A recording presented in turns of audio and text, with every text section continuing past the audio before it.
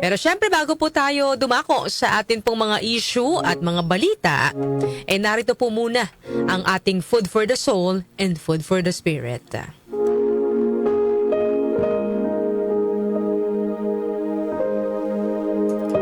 Noong bata pa si Jack, ang kanyang ama ay isang horse trainer na palipat-lipat ng tirahan dahil sa trabaho.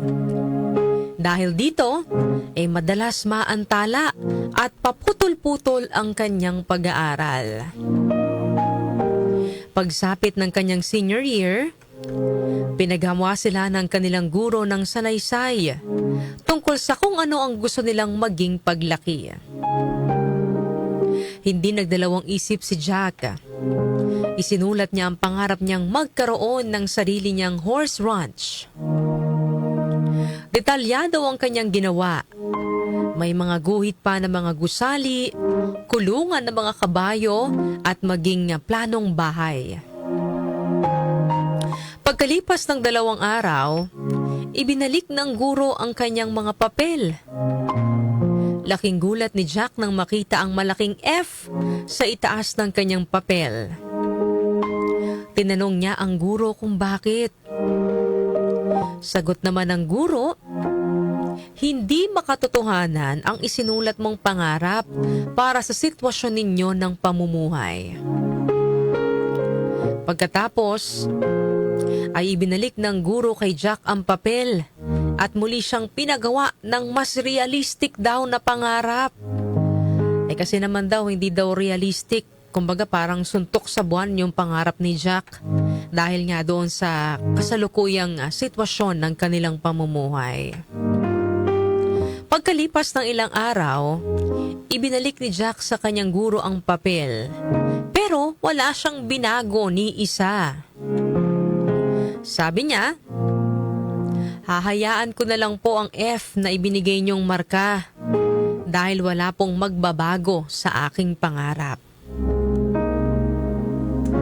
Ngayon, si Jack ay may 80 ektaryang horse ranch at 4,000 square foot na bahay. At nakasabit sa kanyang dingding ang gawa niya noon na binigyan ng F na grado.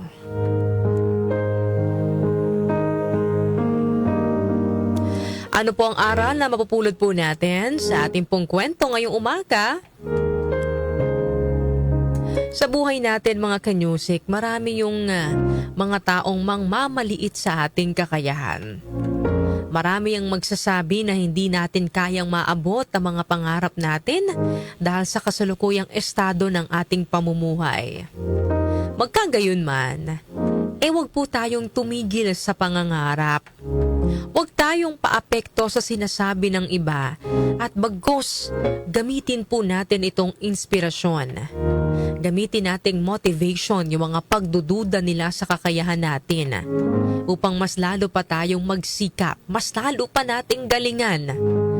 Gamitin po natin itong inspirasyon para mapatunayan sa kanila na mali sila, na kaya nating abutin ang mga pangarap natin sa buhay. Yung mga negative na tao sa paligid natin, hindi naman po yan mawawala mga kanyusik, no?